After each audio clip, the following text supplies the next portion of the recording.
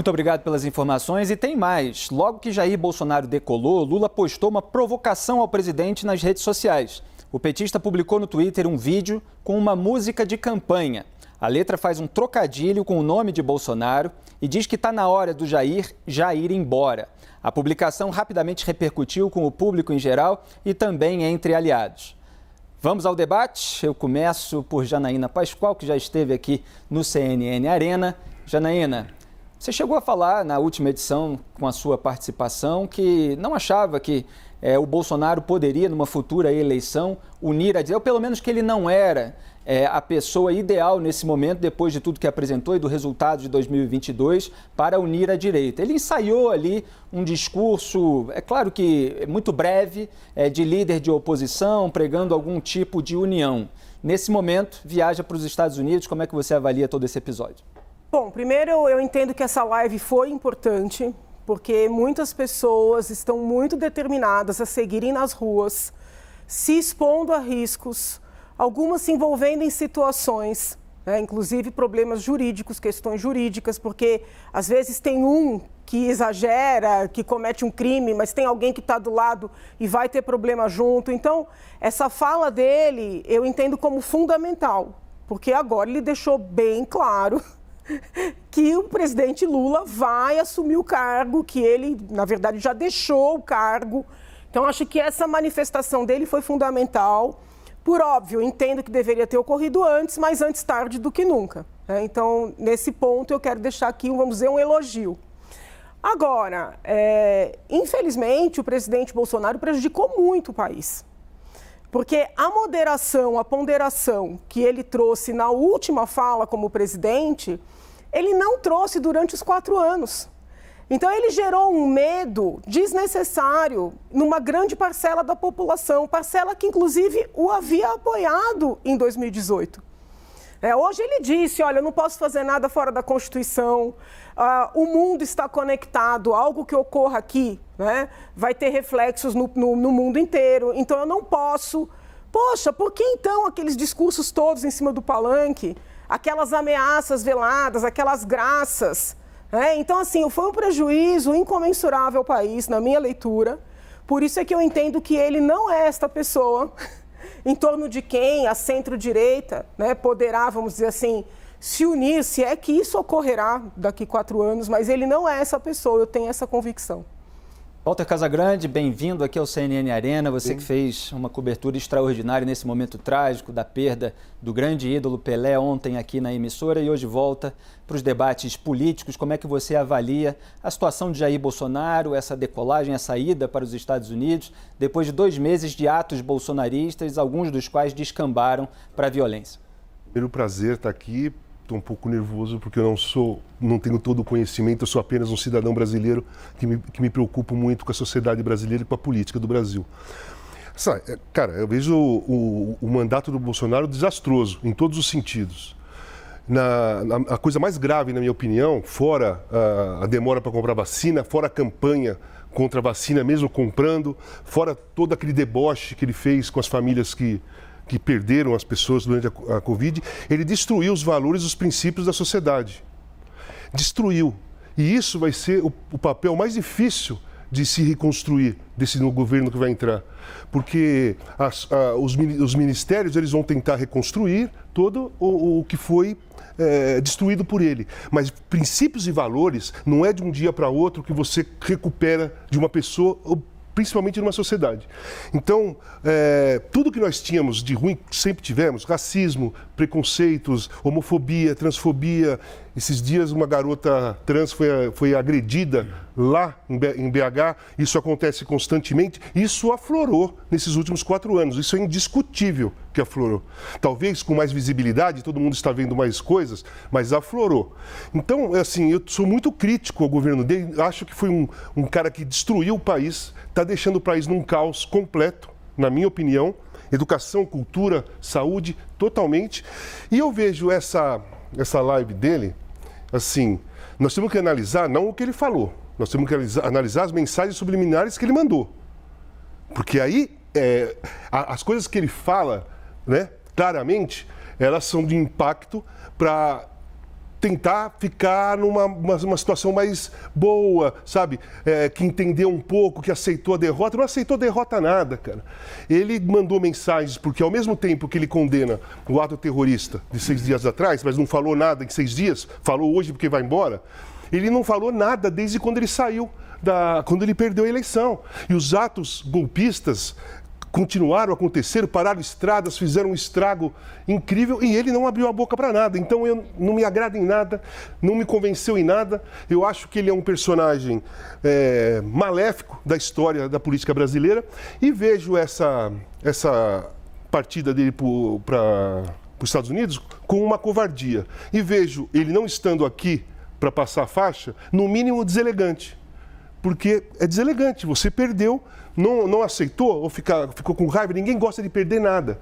Mas passar a faixa para o outro que ganhou era uma questão de educação, de reconhecimento e de elegância. Ele está sendo deselegante e mal educado com o presidente Lula que ganhou a eleição. E eu não estou falando porque eu sou de um partido ou de outro, eu já falei, eu defendo a democracia, eu luto pela democracia. Eu não tenho um partido, sou mais ligado ao PT, mas fiquei ligado na campanha por causa da democracia, de trazer a democracia de volta. Então não é que eu estou defendendo um, atacando o outro porque eu tenho interesses. Eu não tenho interesses nenhum, mas essa é a minha visão crítica do trabalho do Jair Bolsonaro e da pessoa Jair Bolsonaro. Não só ele, o clã dele todo. Obrigado, Casagrande. Não há motivo para ficar nervoso aqui, pode ficar à vontade no CNN Arena. Gessner, eu quero ouvir também a sua avaliação. E só para registrar exatamente a declaração do Jair Bolsonaro, por exemplo, na questão de uma certa desconfiança em relação ao tamanho do eleitorado. Ele falou assim, quem não leva povo para as ruas não tem voto. Nós levamos multidões para as ruas. Evidentemente, a gente sabe que os eleitores votam e não só os eleitores que são mais fiéis, mais próximos, mais mobilizados nas ruas pelos políticos. São todos os eleitores brasileiros. Eventualmente pode ter político com maior capacidade de mobilização, mas com menor número de votos. Isso é simplesmente uma possibilidade lógica. Mas Jair Bolsonaro explora ali que ele promoveu manifestações com bastante aglomeração, bastante gente, enquanto o adversário não. Ao mesmo tempo, ele não reconhece diretamente, eu perdi para o Lula, etc. Ele fala, perdemos uma batalha, não perderemos a guerra. Você mesmo para atuar dentro das 4 linhas precisa de apoio de outras pessoas, nem sempre se tem. É quase como eu fiz tudo aquilo que eu pude, mas não deu e agora estou indo viajar, mas ele preferiu não mencionar essa parte. Como é que você avalia? Olha, eu avalio, Felipe, grande prazer estar aqui, Casagrande, Janaína, um prazer enorme. Eu avalio como um festival de horrores. O conjunto dessa transição é muito prejudicial ao país. Eu, diferente do Casagrande, não acho que o governo Bolsonaro só teve coisas ruins. Eu acho que houve avanços importantes em algumas áreas, mas na área da saúde foi terrível, na área da educação foi terrível. O governo confrontou, acirrou o conflito entre os 3 poderes, o que é um desserviço para o país. Quer dizer, o saldo é muito ruim, mas eu acho muito importante não olhar e falar assim, o governo Bolsonaro destruiu o país, agora nós vamos reconstruir, porque não é verdade. A verdade é que nós temos problemas estruturais, problemas históricos, e que muitos deles foram acentuados no governo Bolsonaro. E houve avanços, por exemplo, na área da infraestrutura, houve avanços importantes, na área dos marcos setoriais, o marco das ferrovias, o marco do saneamento, enfim, há uma série de pontos importantes, porque se a gente falar, foi destruído o país, a gente vai, na verdade, deixar de lado algumas coisas que foram importantes. Algumas delas, inclusive, a minha impressão, Felipe, é que às vezes o Bolsonaro fala, nem mesmo ele sabe de coisas boas que aconteceram no governo dele sem a atuação e às vezes até apesar dele, né? Então acho que a gente precisa ter essa visão, não de estava tudo errado, agora nós vamos reconstruir. Segundo ponto, a transição. A transição é uma coisa para ser feita, é uma passagem de bastão. Como o Casagrande disse muito bem, é uma coisa que exige etiqueta, protocolo, elegância, respeito à tradição. É um absurdo o presidente sair e não passar a faixa. Já houve na história brasileira, mas num contexto autoritário, não tem sentido, né? Então, eu tenho a impressão que existe uma figura no mundo, Felipe, que deveria ser lembrada que é Mandela. O nome dele é Mandela. Representa grandeza, representa aquela pessoa que sabe unir um país. Isso certamente faltou ao presidente, faltou o reconhecimento, foi tardio. Eu vi na live de hoje um reconhecimento implícito do resultado. Há um reconhecimento implícito, disfarçado, etc., mas o resultado está dado. Também há uma condenação muito tímida a atos violentos. Mas, de qualquer maneira, já livra de um processo penal. Agora, também falta ao governo eleito e ao presidente Lula, que é uma figura carismática, eu acho que ele devia se inspirar mais no Mandela e chamar mais essas milhares de pessoas que vão às ruas. Muitas delas estão genuinamente querendo ajudar o país. Eu acho que precisa haver um discurso para elas. Que se deixe de lado o revanchismo. Se deixe de lado o revanchismo. Achei engraçado o tweet do Lula. Como sempre, é uma pessoa inteligente, fez um tweet inteligente, mas não é para um presidente fazer um tweet daqueles. Não é. O presidente precisa ter a figura do presidente. Deboche, né? Não cabe. É provocação. É preciso chamar as pessoas para a união, né?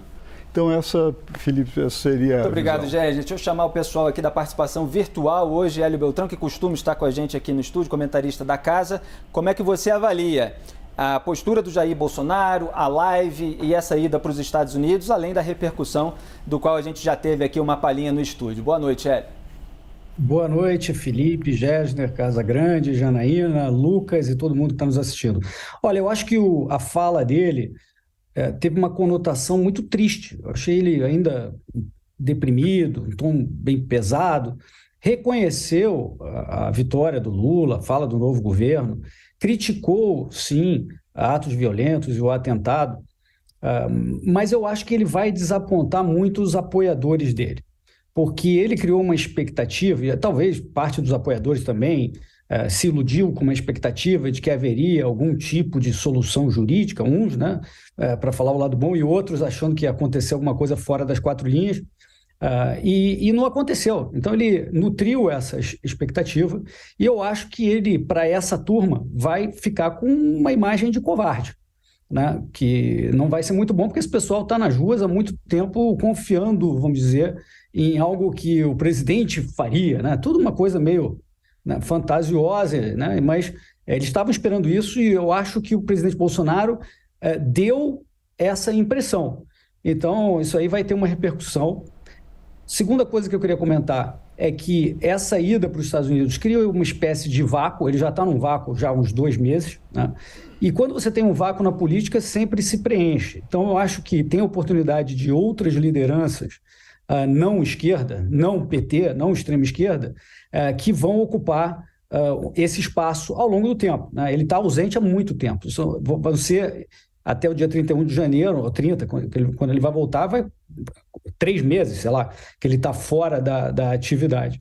Agora, uma coisa que eu queria deixar como especulação é que, como tem esse clima de revanchismo, ele pode suspeitar que vai ter alguma coisa no dia seguinte, quando ele perder o foro de prerrogativa, etc. Será que vai vir alguma coisa? E aí, será que não é prudente, na cabeça dele, imaginando, ele está fora do Brasil para se proteger de um ataque revanchista, legalista, no dia seguinte, alguma coisa nesse sentido?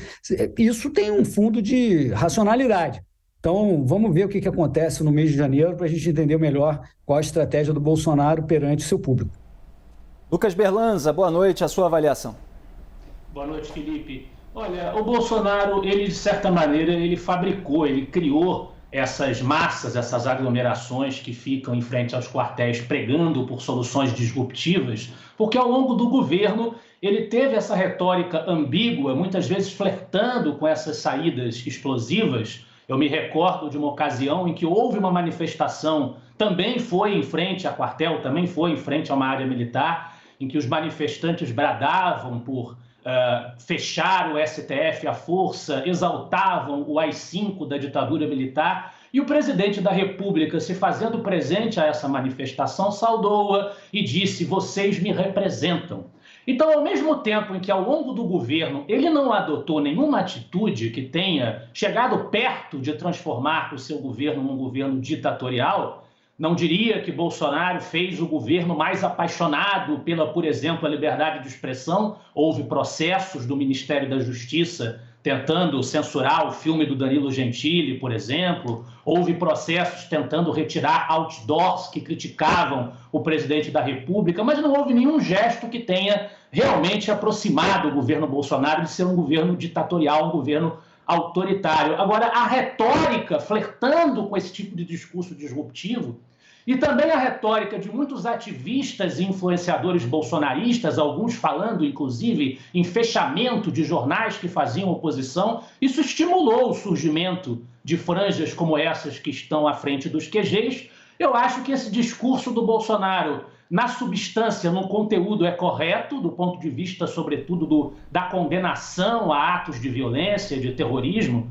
Não importa se um ato de terrorismo é feito por um militante do MST, por um comunista da luta armada, por um militar da linha dura, como aqueles que planejaram o atentado ao Rio Centro, não importa. Ato terrorista é crime, deve ser punido com os rigores da lei. Então está certo o presidente Jair Bolsonaro em condenar esses atos, em fazer esse discurso sinalizando para a pacificação, mas eu acho que esse discurso vem muito atrasado. Ele deveria ter vindo semanas atrás para que essas pessoas, essas famílias, senhoras, senhores, pais, filhos que vêm pegando chuva, acampando em frente a esses quartéis, não estivessem há tanto tempo perdendo tempo, gadando por uma salvação militarista que jamais virá.